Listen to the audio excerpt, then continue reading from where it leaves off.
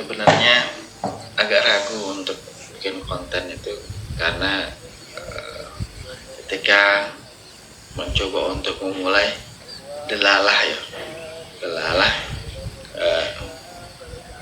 guru kami mengingatkan kami tentang sebuah hadis. Hadis itu bercerita tentang orang yang disayangi, yang dekat sama Nabi di akhir kelak, dan orang yang dibenci dan jauh dengan Nabi ketika di akhirat kelak. Yang kalau diterjemahkan bunyi seperti ini: sesungguhnya yang paling dicintai di antara kalian dan yang paling dekat tempat duduknya denganku, dengan Nabi pada hari kiamat adalah orang yang paling baik akhlaknya.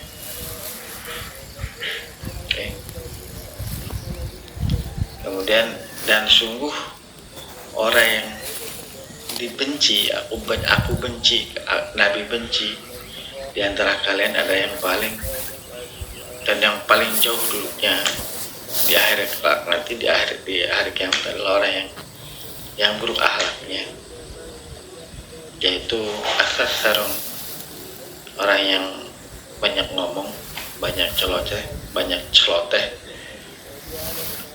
al-mutasaddiqun, orang yang menyangat-nyangatkan ketika berbicara,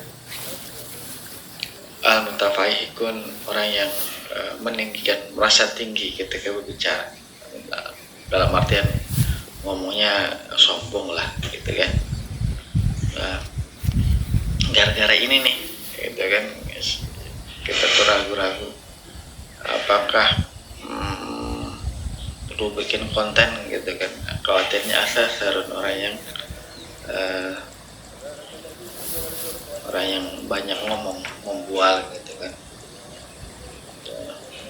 Dan mungkin juga khawatirnya kita jadi sombong ketika berbicara, menyangat-nyangatkan bicara agar orang menjadikan kita seperti seorang ahli gitu kan ya. Tapi ya itu, karena itulah kita ragu-ragu ini bikin konten enggak ya. Karena sangat rugi bagi kita ketika kita punya kesempatan untuk dekat dengan Nabi gitu kan di akhirat kelak gitu kan. Otomatis kan privilege-nya gitu kan, keutamaannya kan lebih besar gitu kan.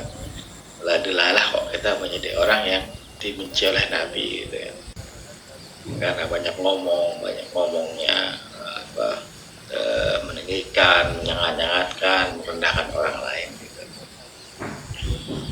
Tapi oleh karena itu kan, dan orang yang dibenci itu kan jauh dari Nabi di akhirat kelak. Ya kalau masih jauh, masih dalam neraka gitu, maksudnya masih dalam surga gitu, jauh udah. Nah kalau jauh tiba-tiba nyemplung neraka kan repot.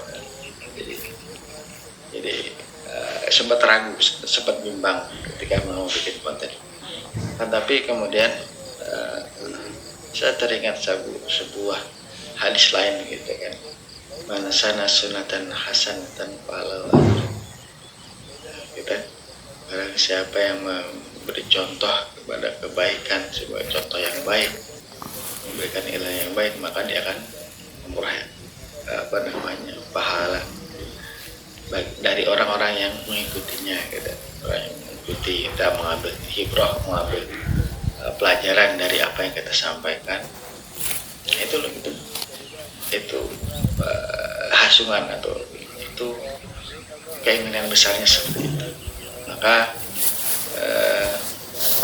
saya berharap, saya berdoa juga, dan juga saya juga minta doanya dari pemirsa semua, bahwa ketika saya membuat konten, kembali ke niat awal adalah untuk saling berbagi ilmu, saling memberi manfaat satu sama lain, memberi mencontohkan sesuatu yang pernah saya alami, yang bisa mudah-mudahan bisa bermanfaat bagi kita semua. Dan dengan sangat-sangat berharap bahwa ilmu yang dibagi itu tidak hanya berdiri saya gitu ya.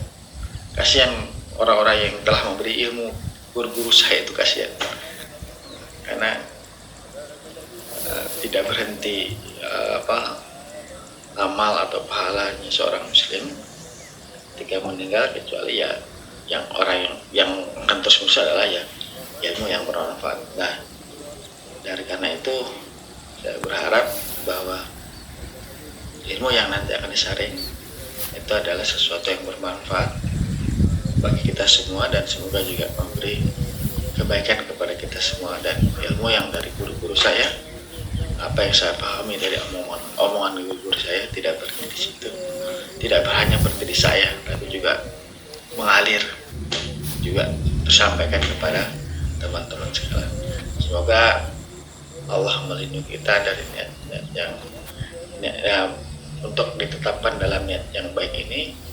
Semoga Allah memberi petunjuk pada kita semua, dan mohon diingatkan bahwa di teman-teman pemirsa semua, bahwa bila tiba-tiba kok Mas kok kayaknya sampai kok agak berlebihan atau kelihatan agak sombong, mohon diingatkan di kolom komentar ataupun secara pribadi kepada saya. Semoga itu watawassaw bihaq watawassaw sabr, itu adalah satu upaya untuk mengingatkan dalam kebaikan dan mengingatkan dalam kesabaran.